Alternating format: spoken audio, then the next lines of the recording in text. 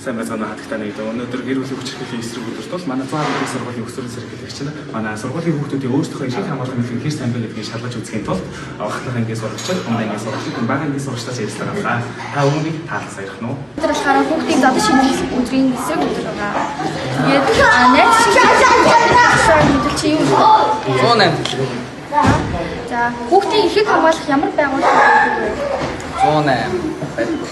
Тэгээд 102. Асуусан. Одоо ингэ найз чинь гэр бүлийн хүч хэрхлэлд өртөж байгааг та мэдэх юм бол ямар арга хэмжээ авах вэ? Найзтай хэлсэн хасан дэмждэг.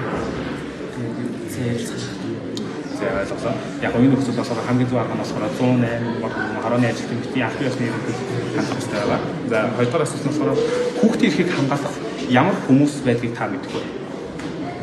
Сургуулийн нийгмийн ажилтан, багш, ерөнхийд За тэгэхээр гуравдугаар асуулт нь болохоор хүүхдийн эрхийн мэдлэг танд хэр байгаа вэ? За ойлголоо. За өнөөдөр чи ямар өдөр гэдэг юм бэ? За өнөөдөр болохоор хүмүүсийг хүүхдийг ингээд зодож шийдэхийн эсрэг өдөр байгаа. За нэгдүгээр асуулт болохоор чамайг хэн хамгаалах ёстой гэж юм бэ? Багш. Чамайг эцэг их багш нийгмийн ажилтан хамгаална. Чи үзэл бодлоо чөлөөтэй илэрхийлж чадах уу? Өөрийнхөө хэлмээр байгаа зүйлээ шууд хэлж чадах уу?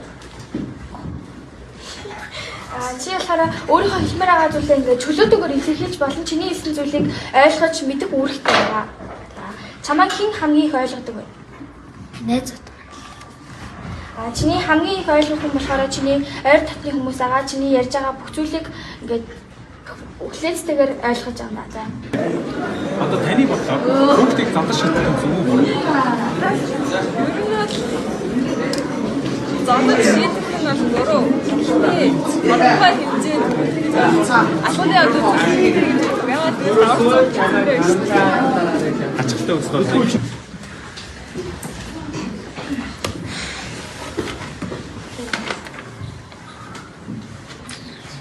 Анда. Цаад чинь жоохон уруу царайтай студио тийм харагдаад байсан. Анда энэ өөрөө гэр бүлтний болоод эсвэл халирсан хоолой сонсох таамсан шүү дээ. Би хажуудаа энэ дуртай байхгүй. Тийм байла туслах уу? Нэр гэх үү? Тийм байла.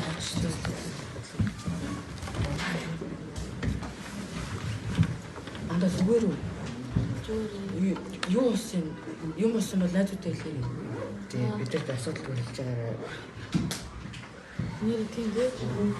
За тэгээд баярлалаа.